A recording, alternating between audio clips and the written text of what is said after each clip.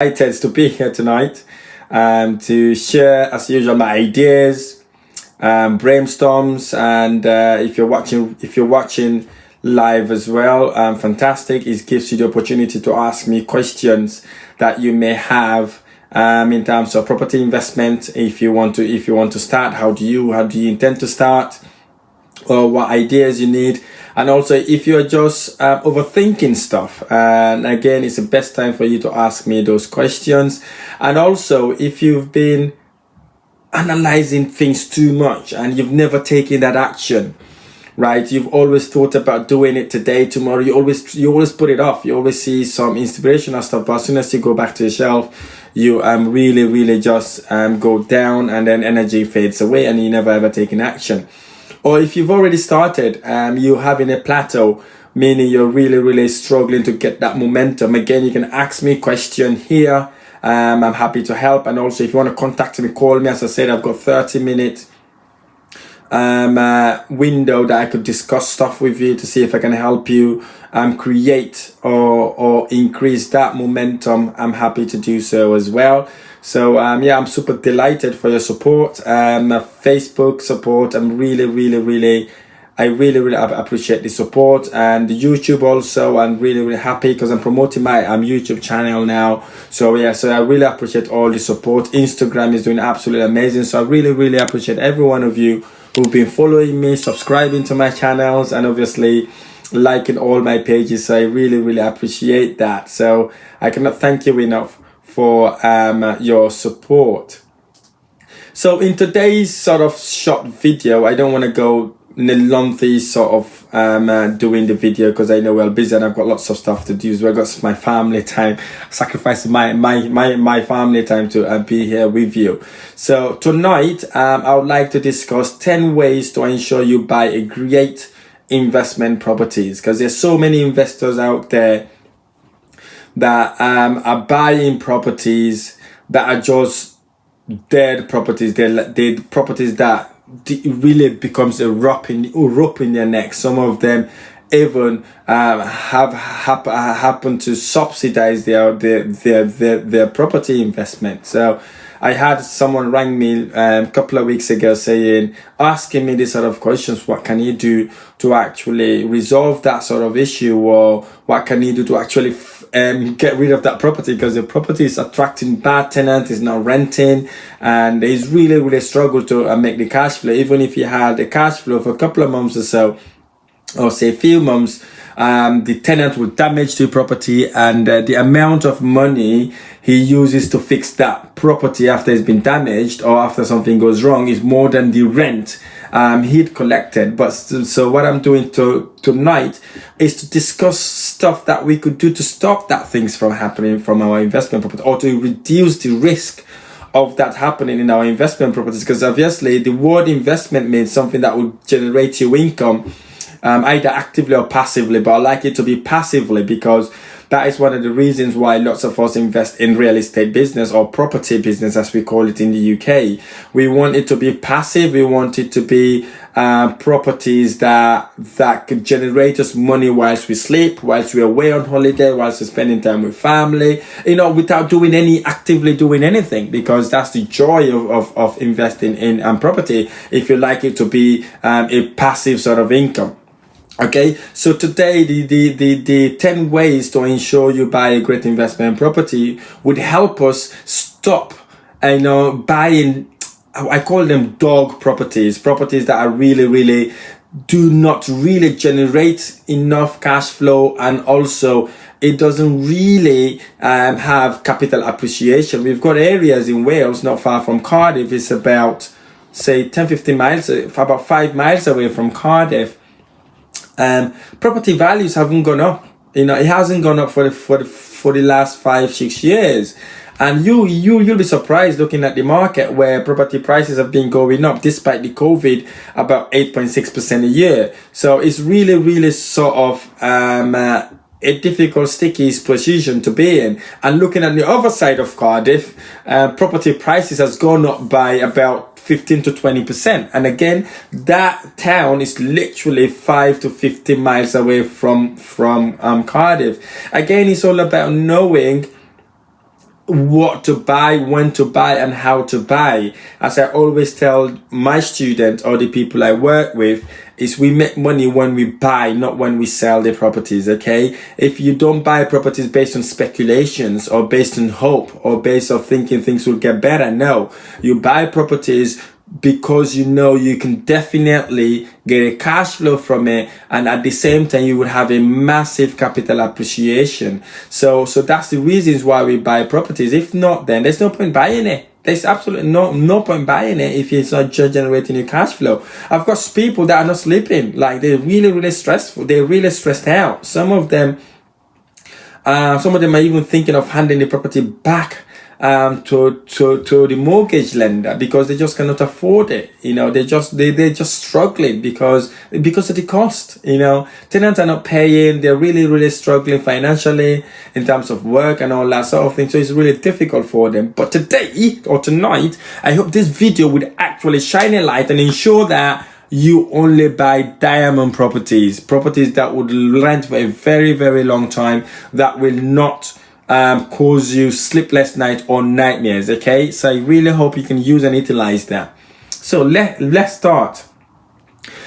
Before we go on buying properties, we need to identify an area where we want to buy our properties. Okay, UK is a small country, at the same time it's a massive country, so we need to know which part of the UK we're going to invest, right?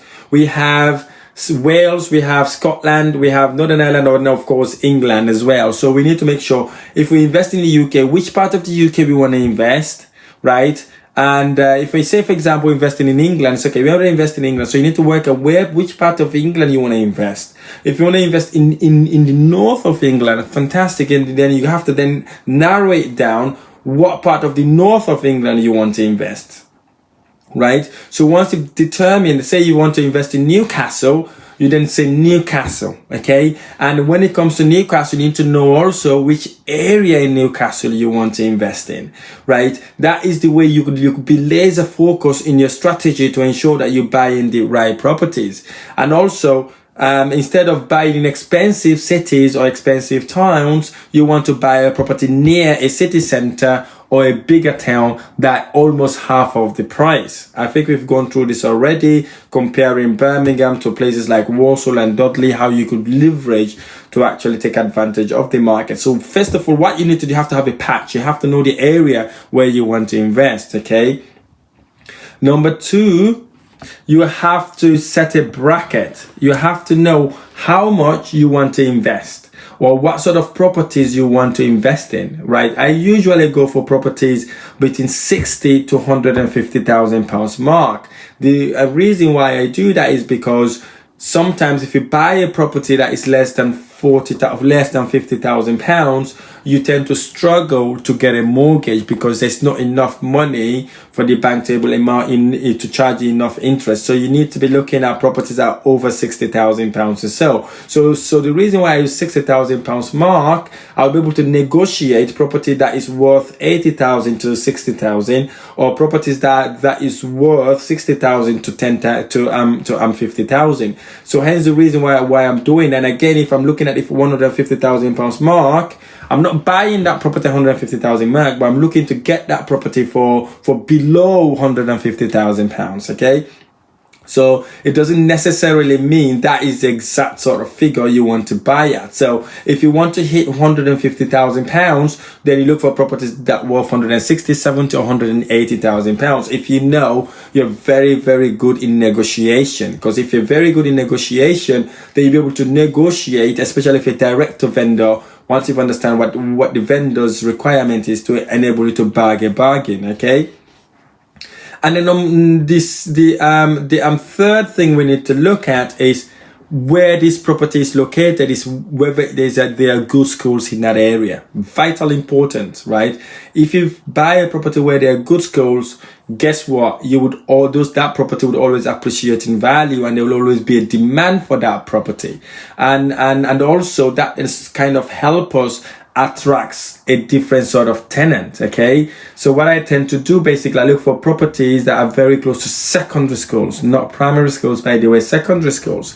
The reason why I do secondary schools is because once the children start going to secondary school, the parent would not want to move houses, because obviously it would disturb the education and the studies of their children, so they would want to stay a bit longer in that area. And I look at the Ofsted report to see what sort of secondary schools are in that area. So once I know what secondary school are in the area, I look for property that are in the best secondary school area.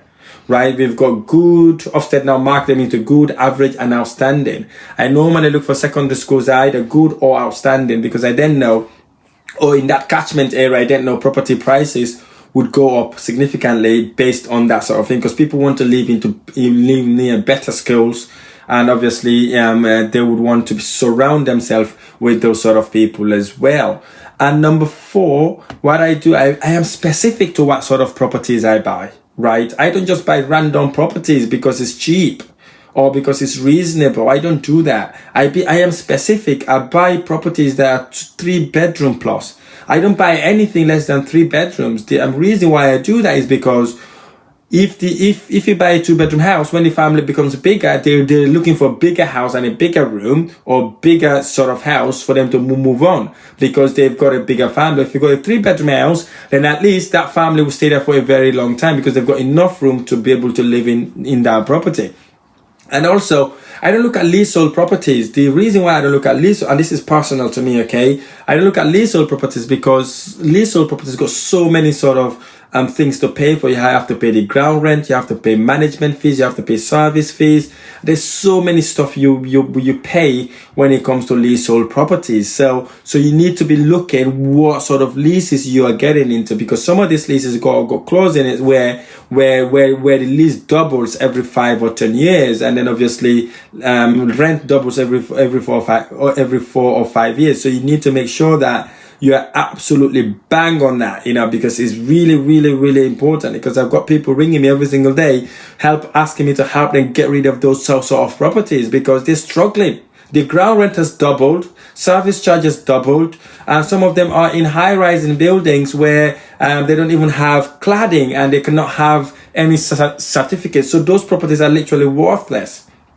and it's difficult. And even the houses, I don't look at houses that are leasehold, because for that reason, because there's so many sort of things in there. Okay, so, and again, I don't buy flats because of the reasons I've just highlighted there. So I'd rather look for properties with garden, properties that can attract family, because families, once they move into a house, they don't move frequently. They want to stay there for a very long time. And most of my properties, families have been there for over 5-6 years. You don't have to worry about someone moving out of your house, and you have to actually add value to the house before you could rent it out to someone else.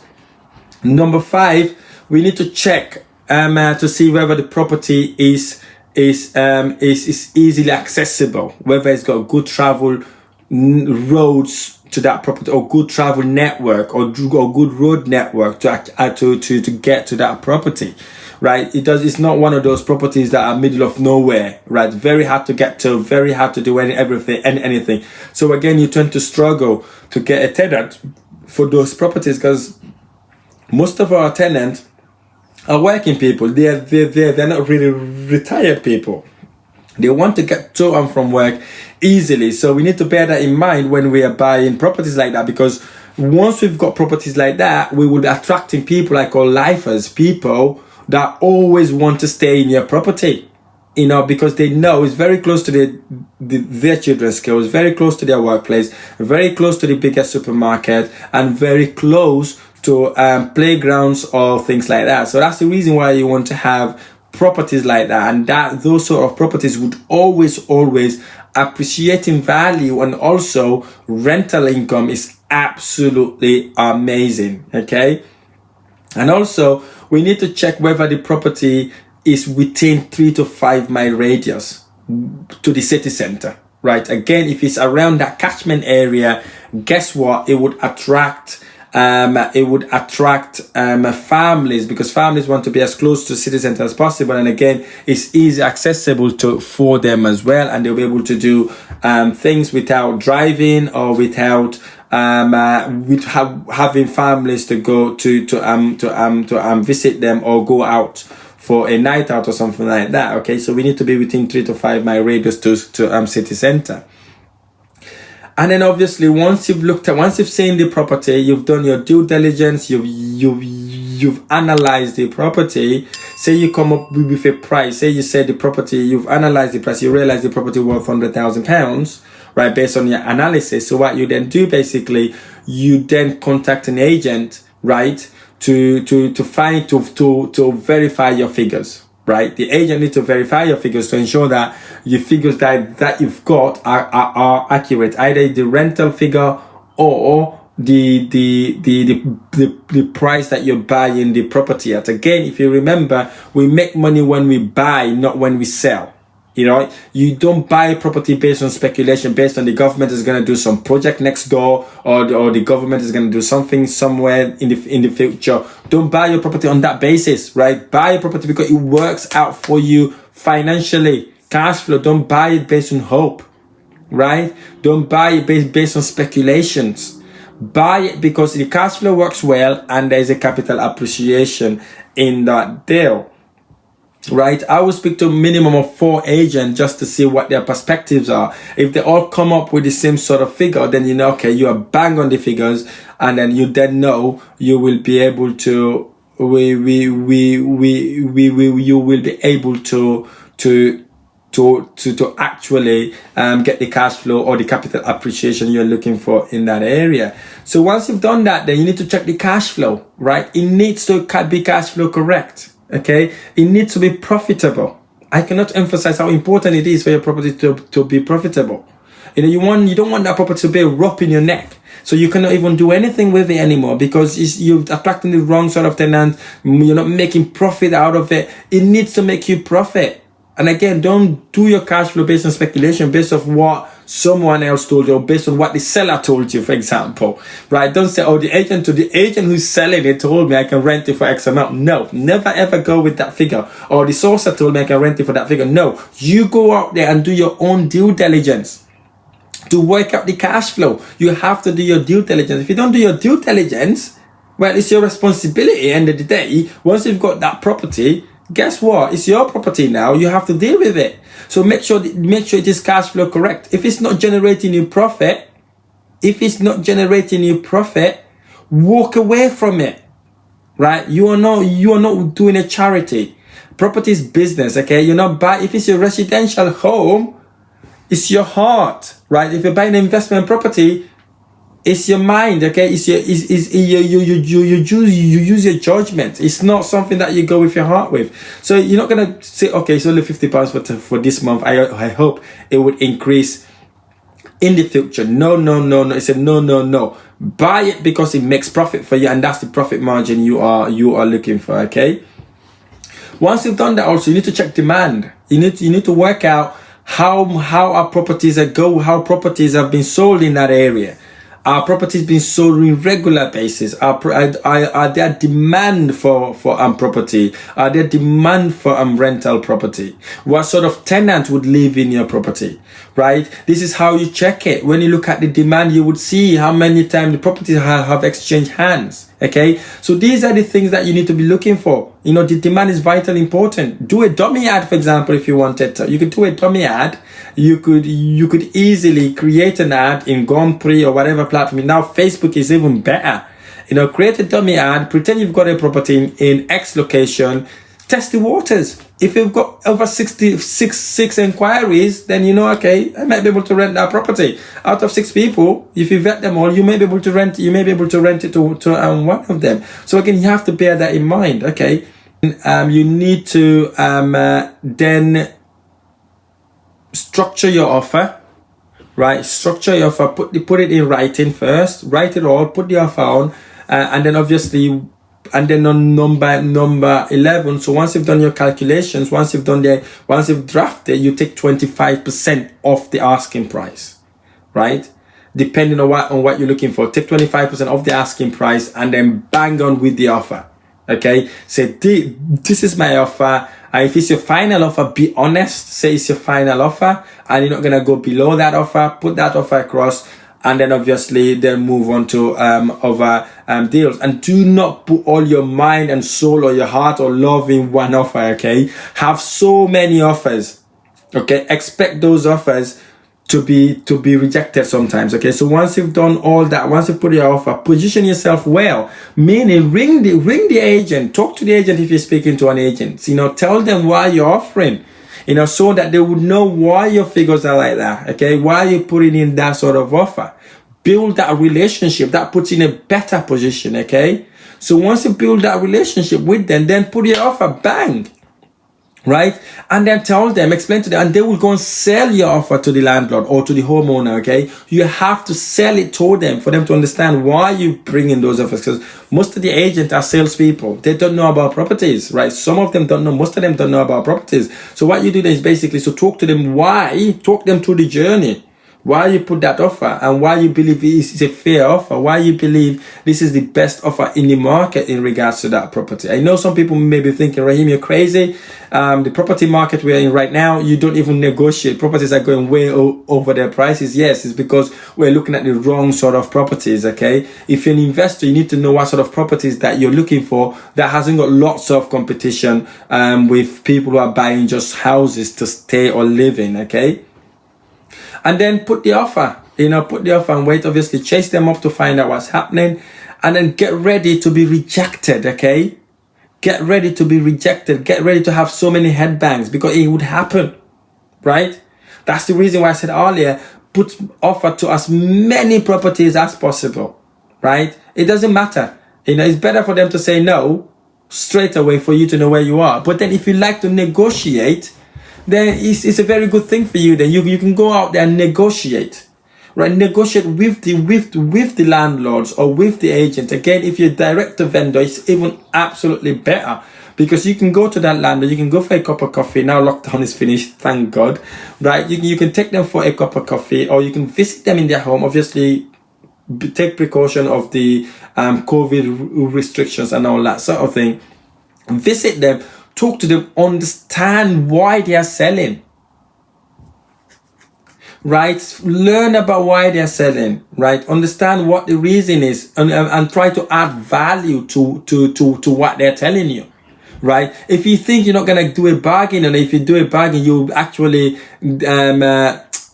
cheating on them or doing something bad to them, don't do it. Be ethical, help them, advise them in a better way that they could get more money for their property. But at the same time, tell them who you are, what you do. If you're a cash buyer, tell them, listen, I can buy your property within 4 weeks, right? If you let me buy it at that price, right? So these are the advantages you could bring in. But I'm telling you now, if you love negotiation, it's absolutely amazing in property. I negotiate in anything I do in my life, okay? I negotiate with my son, I negotiate with my wife, I negotiate in anything you do in life in negotiation. So if you like negotiation, then yes, go out there, get these deals, approach the vendors, homeowners, talk to them, tell them, explain to them what your situation is, how you want to buy their property, what the advantages it is if you were to buy the property from them, if you buy the property from them.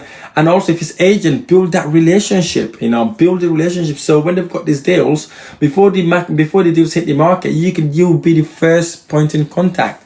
So again, this is how you buy diamond properties, okay? Diamond properties, this is how you buy them. I'm going to go through them again. Number one, you need to get your patch. You know, you need to have a bracket of investment you want to do. Check the Ofsted report about the schools. Be specific about what sort of properties you want to buy. Check whether the property is in a good transport and road network link.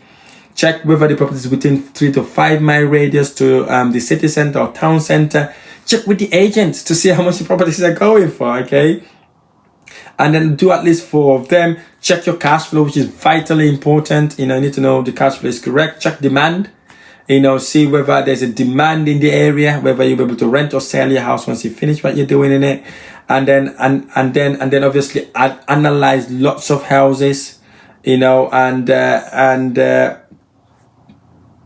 put your offer below 25%, below 25% below market. Position yourself well, speak to the agent, and then obviously put your offer and then get ready to get smashed. Okay, so but don't worry if you get no's or people ignore you. Property is part of the game. I'm used to it, so you have to get used to it. It's part of the game.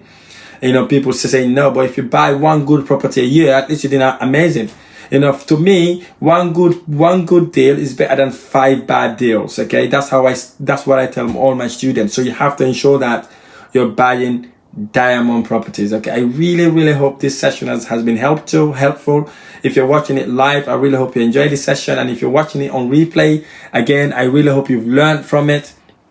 Just a quick one. And again, if you're interested in videos, I post videos in my social media platform, YouTube, every week. So if you're interested in that sort of thing, subscribe to my YouTube channel where I share videos. And also, if you're looking to sell, buy, or want someone to manage your property, we do that with Bar Properties, and also Bar Properties source below market value deals.